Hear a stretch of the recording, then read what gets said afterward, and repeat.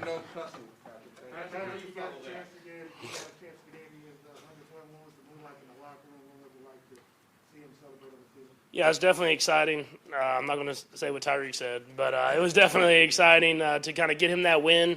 We were due to get him that win. It had been a couple weeks now, but I'm glad we got to do it in Philadelphia and around where he kind of came into his own, and now he's in Kansas City, and it's a good thing he's here with us. Patrick, you know Andy about as well as anybody in the locker room. What do you think this means to him? Yeah. Not only get 100 with the Chiefs, but get it here.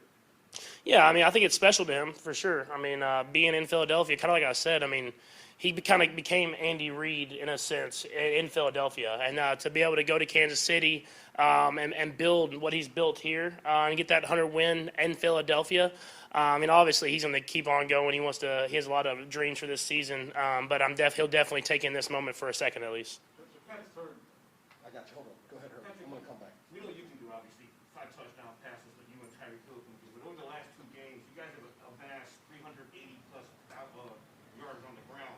What kind of message does that send to the rest of the league that you guys can be a balanced offense? Yeah, I mean, I think it's just going to open everything up. I mean, being able to run the football in this league is crucial. And be able to have the guys that we have, and you can see week by week, they're getting better and better and better. And they obviously, they have the talent. It's about working together and building those relationships. And Clyde's running the ball really well. Other guys are stepping in and running the ball really well. And I think you saw today, once you run the ball a lot, defense will come up a little bit, and you can kind of hit them over the top. Nate.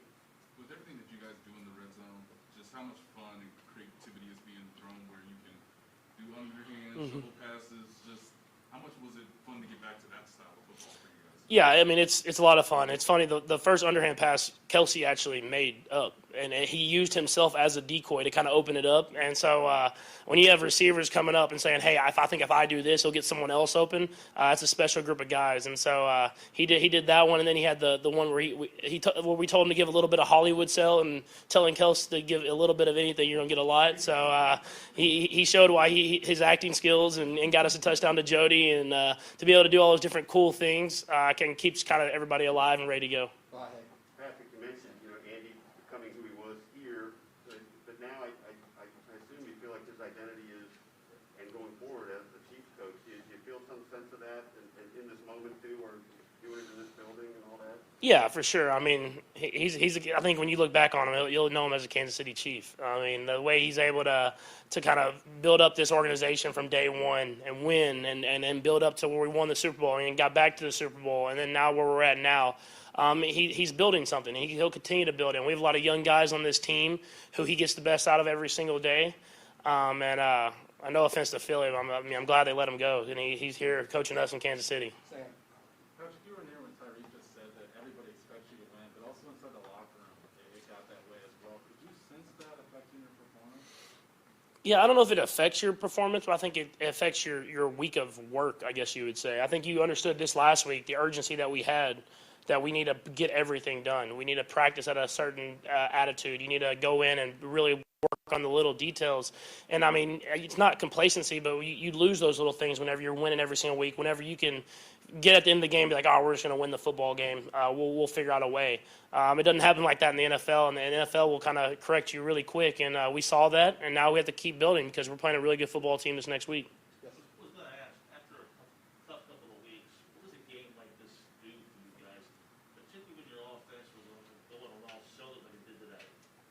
Yeah, I think it's definitely a good step in the right direction. It shows that work that we put in this last week was what we need to do every single week. It shows that we have to be able to run the football to open up other things. But there's still a lot of things that we have to get better at. We have to cut the turnovers on another interception, another mistake in a crucial part of the game. We have to find ways to get stops in the red zone, which I thought the defense did a good job of that today.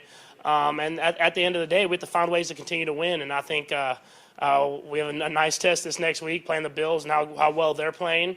We get to do it Sunday at Arrowhead on Sunday Night Football, so it'll be a good game. Harold. Patrick, you said you were excited about the challenge when you were faced with 1 and 2 of your backs at the wall. Do you feel like you guys have met that challenge today? And you obviously got the win, but do you feel like you exceed expectations of getting that win today? I think we started it. I mean, there's still a long ways to go. This is a long season.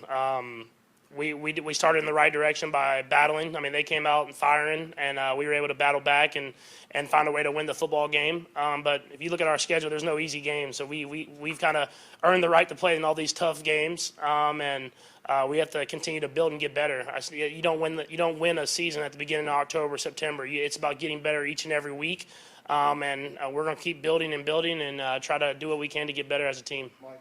How do you build on that? Because it's easy to kind of let up a little bit and to say you want to keep that urgency, but what kind of things do you do as a leader and for yourself to maintain that kind of feeling? I think it's just holding each other accountable. I mean, just as much as I hold these guys accountable, they hold me accountable of being the best Patrick Mahomes I can be every single day. And I think when you have leaders on the team that do that to each other, that I'm making Travis the best Travis Kelce can be every day, Tyreek, and then Chris Jones, Tyrann Mathieu. It in turn will kind of flow throughout the entire team. We haven't dug ourselves out of a hole yet. We're still not in first place in the AFC West, and we have to continue to build and win football games.